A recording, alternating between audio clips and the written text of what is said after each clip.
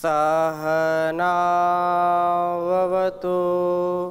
सहनौ भुनक्तु सह वीर्यं करवावहै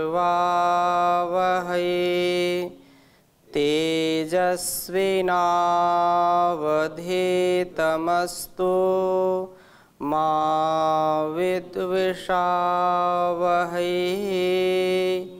ओम शांति शांति शांति। वैदिक जीवन पद्धति जो एक वैज्ञानिक पद्धति है, सामाजिक जीवन जीने की जो कला है, उस जीने की पद्धति अपने स्वकर्तव्य को ठीक ठीक समझने की पद्धति है। ऐसे ही भावों से ओतप्रोत हम संगठन सूक्त के मंत्रों का स्वाध्याय कर रहे हैं और इन मंत्रों के द्वारा हम जब आहुति देते हैं तो वैसे भाव हमारे अंदर सुसंस्कारों को जन्म देते हैं। हमारे अंदर का एक क्षण का भाव वो कुछ छोड़ करके जाता है। इसलिए हम विचार भी करें, हम कुछ बोलें या अपने कर्म में जो भी आचरण में जो भी उतारते हैं, उस सब क्रियाओं का प्रभाव पड़ता है, उनका संस्कार बनता है। इसलिए एकत्व का, समता का, परस्परता का जो भाव है, संगठन का जो भाव है, वो सदा हमारे हृदयों में स्थित रहे, उससे पृथक हम आचरण ना करें, ऐसी प्रार्थना यहाँ पर हम कर रहे हैं। संगठन सूक्त के 2 मंत्रों का स्वाध्याय हमने कर लिया है। आज तीसरे मंत्र का स्वाध्याय करेंगे और बहुत ही सुंदर वैसा ही भाव जैसे ऊपर के मंत्रों का, उससे भी और थोड़ा सा विशेष कुछ बात कह रहे हैं, क्योंकि अनेक संदर्भों में बातें होती हैं और जो बात हमको समझ में आ जाए वैसा वेद हमको बताता है। तो मैं इस मंत्र को लिखता हूँ, पुनः इसकी चर्चा आपके समक्ष करता हूँ। ओम समानो मंत्रः समितिः। ओम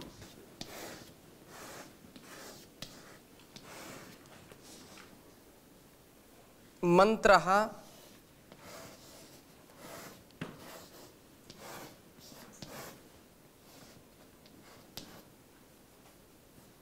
समानो मंत्रः समितिः।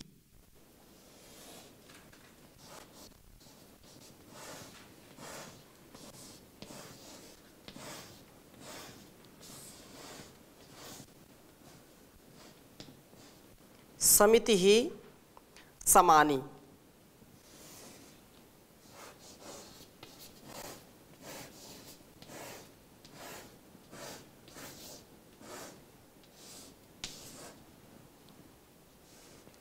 समिति ही समानी।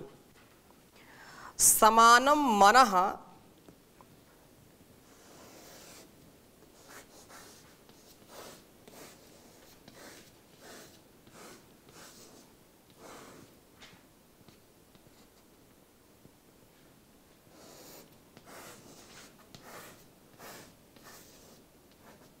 समानम मनः सह चित्तमेषाम्।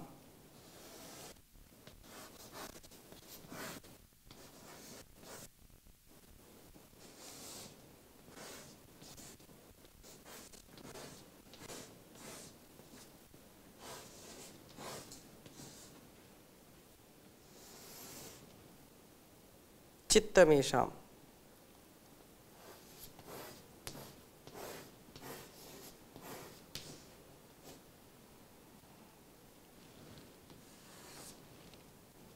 समानम मंत्रमभिमये समानम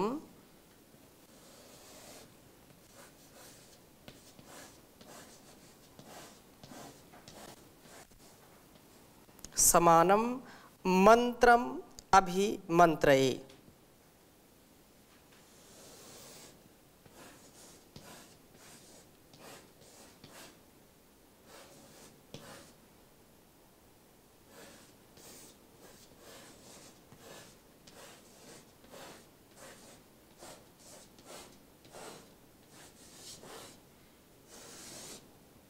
समानम मंत्रम अभिमंत्र एवः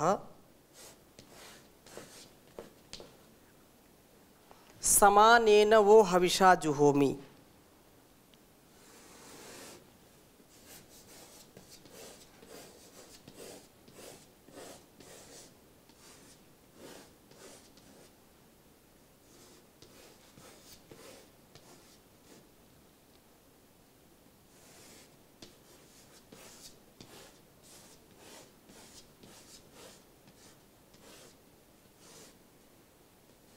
हविषा जुहोमि।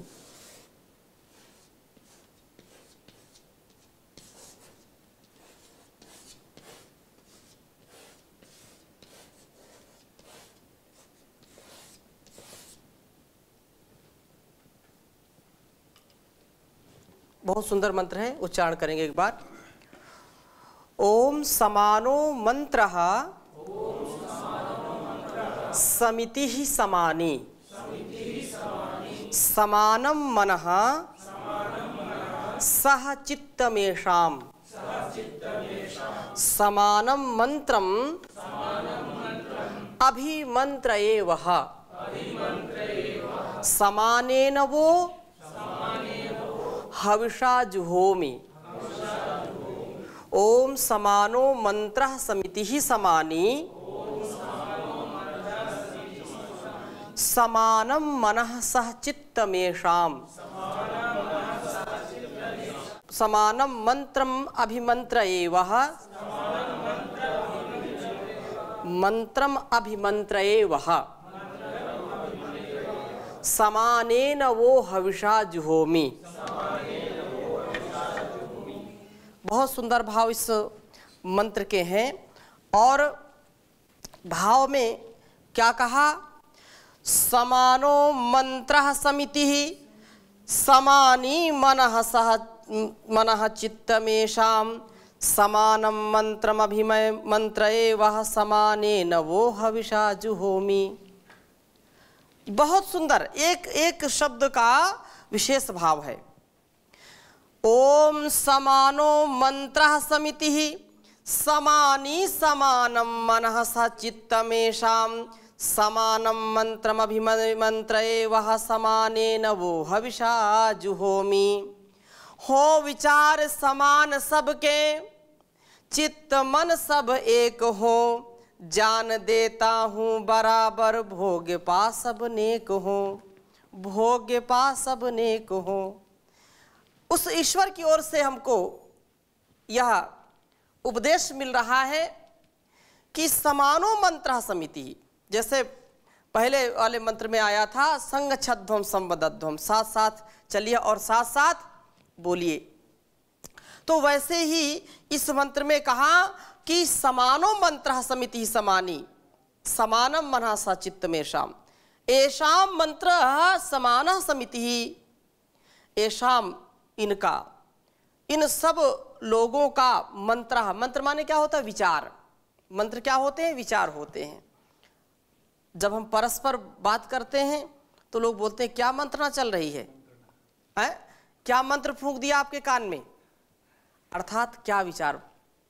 तो विचार जो है, जो मंत्रणा है, जो मंत्र है, वो समानः एक प्रकार की हो, अलग अलग विचार नहीं होने चाहिए। अलग अलग यदि हम टुकड़ों टुकड़ों में बट जाएंगे तो निश्चित रूप से उन्नति को नहीं प्राप्त होंगे, अवनति हो जाएगी। न हमारी उन्नति होगी, न राष्ट्र की उन्नति होगी। इसलिए कहा समानम मनः स चित्तमेषाम्, जो है हम सबके क्या हो, मन भी क्या हो, समान होना चाहिए, एक प्रकार के हो। समिति जो संगठन है, जो सभा है, वो भी समानी समान विचार वाली हो, विषम विचार वाली नहीं होनी चाहिए, एक सा चित्त हो। समानम मंत्रम अभिमंत्र एवः समानम मंत्रम अभिमंत्र एवः समानेन वो हविषा जुहोमि। अर्थात चित्त भी समान हो और चित्त सह जो एक प्रकार का हो वह तुम्हारे लिए समानम, विषम न हो, सम हो, एक प्रकार का होना चाहिए। सभी अभिमंत्रय वह, आमंत्रित करता हूँ, उपदेश करता हूँ, वह तुम्हें समानेन, एक प्रकार की हविषा, हवि से सामग्री से जुहो में युक्त करता हूँ, हवन करता हूँ। अर्थात इन लोगों की मंत्रणा एक प्रकार की हो, समिति एक प्रकार की हो, इनका मन समान हो, चित्त भी समान हो, तुम्हें समान मंत्र देता हूँ और तुम्हें समान सामग्री उपकरण से युक्त करता हूँ। जो भी हमारे पास है, जो यज्ञ हम कर रहे हैं, एक तो देव यज्ञ की चर्चा ही चल रही है, तो उसमें सामग्री जो कुछ भी है सब ईश्वर से ही प्राप्त होता है। और वाणी से भी, मन से भी, शरीर से भी हम क्या करते हैं? यज्ञ ही तो करते हैं। जो भी कल्याणकारी कर्म है वो क्या है? यज्ञ कहलाते हैं और हम उनको करते हैं। इसलिए हमारा जो यजन हो रहा है उस परमात्मा के द्वारा दिए गए सामर्थ्य से हो रहा है और इस सामर्थ्य का हम सदा सदुपयोग करें, क्योंकि वेद का कथन है कि परमात्मा ने सभी को समान सुविधाएं दी हैं, सबको समान जल, वायु, अग्नि, इस किसी को ऐसा थोड़े है कि नहीं, किसी को तो ऑक्सीजन जो है टैक्स देकर के मिल रही है और किसी को फ्री मिल रहा है। ऐसा नहीं किसी को सूर्य का ताप पैसा लगा करके मिल रहा है और किसी को ऐसे ही मिल रहा, मुफ्त मिल रहा है।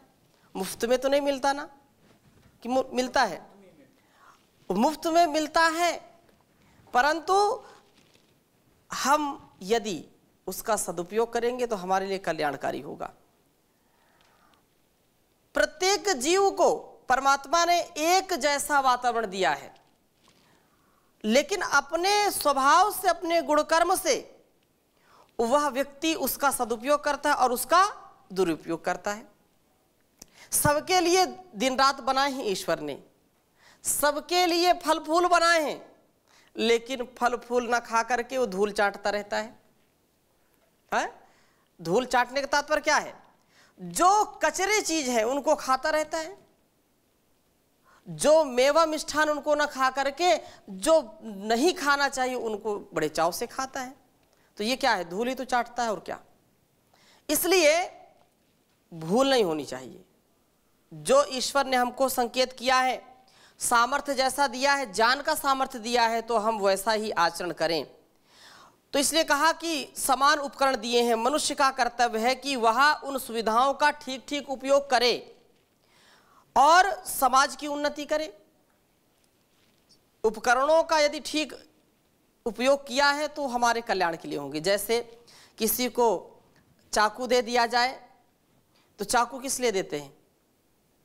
चाकू से फल काटिए, सब्जी काटिए, और जो हमारे कल्याण के लिए उपयोगी चीज़ें उनके लिए आप उनका सदुपयोग करें। अब यदि उसी चाकू से आपने किसी दूसरे का गला काटना शुरू कर दिया, किसी के ऊपर वार करना शुरू कर दिया, किसी को डराना धमकाना शुरू कर दिया, तो ये फिर क्या हिंसा है? ये पाप है, ये अधर्म है। जो साधन आपको दिया गया उसका सदुपयोग करिए। ये शरीर मिला है भजन के लिए मिला है, ये सारा संसार हमारे उन्नति के लिए मिला है। हम भजन न करके फिर जो है भोग में लग जाते हैं, हम साधन न करके साधनों में फंस जाते हैं। साधन, साध्य की प्राप्ति के लिए साधन मिला है, हम उधर न जाकर के केवल इसी को जो है साफ सुथरा और इसी के आकर्षण में लगे रहते हैं। तो ये संसार का जो व्यापार है, इस व्यापार के लिए हमारे अंदर सुसंस्कार होने परम आवश्यक हैं। तो ये संस्कार हमको वेदों से मिल रहे हैं और ये कहा है कि व्यक्तिगत और सामूहिक उन्नति का ये साधन विचारों की एकता है। व्यक्तिगत उन्नति भी यदि हमको करनी है तो हमारे विचार में पवित्रता होनी चाहिए, शुचिता होनी चाहिए, शुद्धता होनी चाहिए। और सामाजिक उन्नति के लिए भी व्यक्ति की उन्नति और सामाजिक उन्नति दोनों उसकी विचारधारा के ऊपर निर्भर करता है। उसका कैसा विचार है, उसका जितना अच्छा विचार होगा उतना वो सजग, सावधान और सतर्क, उत्साह में रहेगा। एक व्यक्ति है, अकेला बैठा है, लेकिन उसके अंदर ऐसे कुत्सित विचार आ रहे हैं, ऐसे कुमार्ग की ओर जाने के विचार आ रहे हैं, ऐसे पाप से युक्त विचार आ रहे हैं, तो बैठा बैठा व्यक्ति कामी, क्रोधी, लोभी हो जाता है और उसके अंदर ऐसे हार्मोन्स के सिक्रेशन होते हैं, ऐसे उसके अंदर नेगेटिव जो है थॉट्स आते हैं, जिससे वो नकारात्मक विचार से वो व्यक्ति तनाव में आ जाता है, पागल भी हो जाता है कई बार। इसलिए हमको इस बात पर पूरा ध्यान रखना चाहिए कि हम अपने अंदर के विचारों में विषमता ना आने दें, समता हो और भावनाओं का समन्वय, भावनाओं को समन्वित करने वाले बने, क्रियाकलाप में भी एक रूपता हो। अब कक्षा में बैठे हैं, योग परम पूज्य स्वामी जी करा रहे हैं, आप योग कक्षा में बैठे हैं, अलग अलग यदि क्रियाएं करेंगे तो वो अच्छा नहीं है, वो संगठन का काम नहीं है।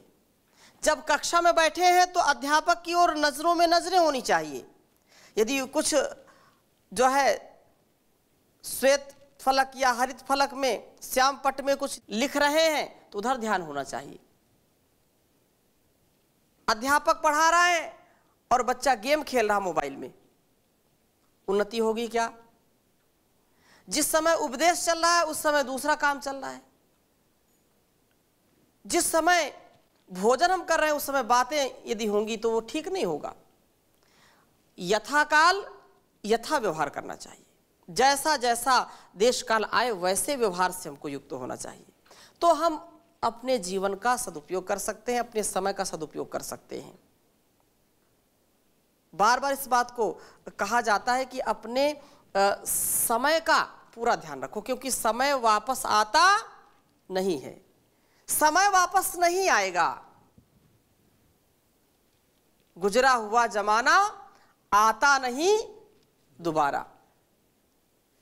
समय बार बार आपको आगाह करता है, संभल जाओ संभल जाओ। टाइम इज मनी बोलते हैं कोई, हाँ, टाइम इज मनी। आपका समय आपकी संपत्ति है, और जिसने समय की पुकार को नहीं समझा वो समझो कि विपत्तियों को सर पर लेकर के टहल रहा है। समय का हमको पूरा ध्यान रखना चाहिए। समय की मांग जो हो उसमें ऐसा नहीं कि जैसा फिर जो है देश वैसा बेस लोग बोलते हैं और फिर जो है जहां जाए वैसा ही बन जाए, ऐसा नहीं। तात्पर्य यह है कि देश काल परिस्थिति में अपने जो संकल्प हैं, अपनी जो मर्यादा है, अपना जो ज्ञान विज्ञान है, उसका हमको कैसे सदुपयोग करना है। कोई उसका उल्टा प्रयोग करने की बात नहीं यहां पर चल रही है। इसलिए कहा कि व्यक्तिगत और सामूहिक उन्नति का साधन क्या है? परस्पर विचार एक होने चाहिए, मन एक होने चाहिए, विचारों की एकता, भावनाओं का समन्वय और क्रियाकलाप की एक रूपता बहुत आवश्यक है। इसके लिए ही सभा और समिति का संगठन किया जाता है, किया जाता था पहले, कि वो सभा और संगठन में हमको सिखाया जाता है कि हमको कैसे आचरण करना है, कैसे अपने कर्तव्यों का पालन करना है, और कोई समस्या आती है, कोई बाधा आती है तो उसका निराकरण भी किया जाता था। इसलिए विचार विनिमय होता है, आदान प्रदान होता है, चर्चा परिचर्चा होती है, वाद होता है, ठीक है।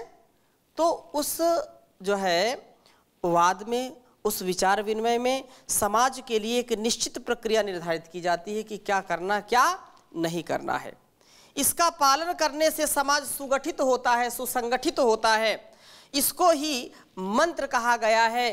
मंत्र जोड़ने का नाम है, मंत्र तोड़ने का नाम नहीं है। विचार वही है जो एक दूसरे को मिला दे, विचार वही है जो हमारे जीवन में क्रांति ला दे। एक उद्घोषणा को सुनकर के ऐसे ऐसे क्रांतिकारियों ने अपने विचार ही तो रखे थे सामने, और वो पूरे देश में एक क्रांति का बिगुल बज गया। तो विचार ही क्रांति अभी भी चल रही है।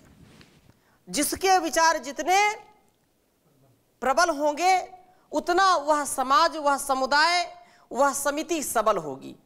और जिसके विचारों में संकीर्णता है, निर्बलता है, दुर्बलता है, उतना वो समाज दुर्बल निर्बल हो जाता है, संकीर्ण हो जाता है। इसलिए उन्नत विचार होने चाहिए। उन्नत विचार, उन्नत आचरण, उन्नति तभी हो पाएगी, नहीं तो अवनति से कोई बचा नहीं सकता।